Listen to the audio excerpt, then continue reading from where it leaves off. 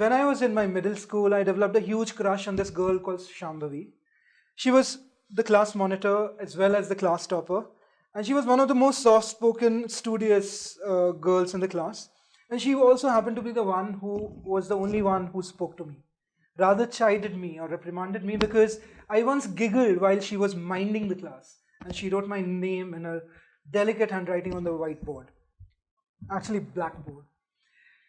So, my crush intensified with every passing day. I started intentionally giggling more often just to notice my name written on the board in her handwriting, which attracted fatal beatings from the class teacher. But I didn't mind at last. Love means sacrifice,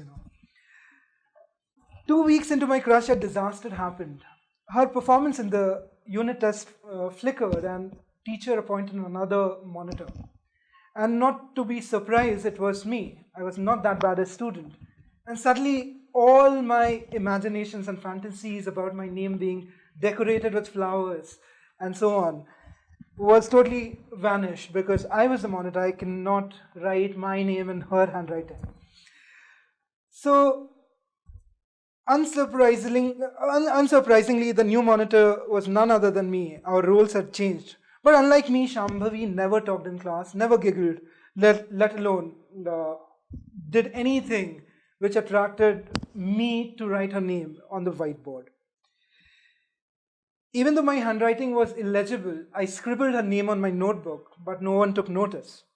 I missed the old days. I wanted to speak to her, to get chided by her, but none of that happened. 1 week into my new responsibility, I could not control my desire to speak to her, but I apprehended that if I went towards the girls' row, it would attract jabs from all my friends. Half of my male friends already knew that I liked to catch her attention. It is said that when you want something, universe conspires to make it happen, and it did. The class teacher called and asked me to count everyone's attendance over the year and report it to him. As soon as I flipped through the pages of the attendance register, my face shone in ecstasy as though I had found a treasure. Now I had access to all the details of all the students in the classroom. From grandparents' name to their home address, from phone number to even the email address at that time. So I noted her phone number, hoping to reach her out in private without my friends getting to know. And that very evening, when my mother went for an evening walk, I dialed her number. It was almost like pursuing my month-long ambition. Jittery, I pressed the dialer and dialed her number, waited for a few seconds until it started ringing. Every subsequent ring pounded my heart until it became so loud that I started shaking. Shambhavi picked up the phone. I could recognize her sing-song voice, which uttered a series of sweet hellos in sync with my heartbeats. No matter what I had planned, I could not mumble anything. After hearing her 4 to 5 hellos, I put the receiver of the phone down and sighed. It took me 5 minutes to calm myself down. My desperation to convey made me call her again. And this time, I was all prepared. The moment she picked it up, I played the song, Humko sirf tumse pyar hai, Humko sirf tumse pyar hai, on the speakers, which means I am in love with you only. And let it play for a minute. She didn't cut the phone this time. Which hinted to me that she kind of liked the song and probably me. And she kind of liked my proposal, and it was an affirmation on her side. This time I was not wobbly. This time I was not nervous at all. The fact that she stayed on the phone all the while bolstered my newfound confidence. I stopped the song, and a surreal silence followed, and I could hear her breaths. It was the moment of claiming my crush, and before I could say anything, she bombarded me. Who the hell is this? I have a caller ID.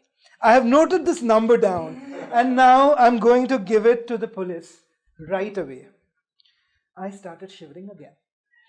Beads of sweat rolled down from my head, drenching the phone receiver with it, while my body experienced a full throttle earthquake. In the hour that followed after the disastrous call, all that I could fearfully imagine was police coming over to my home and arresting my father because our landline phone belonged to his name. I lost my sanity, having no idea what to do next.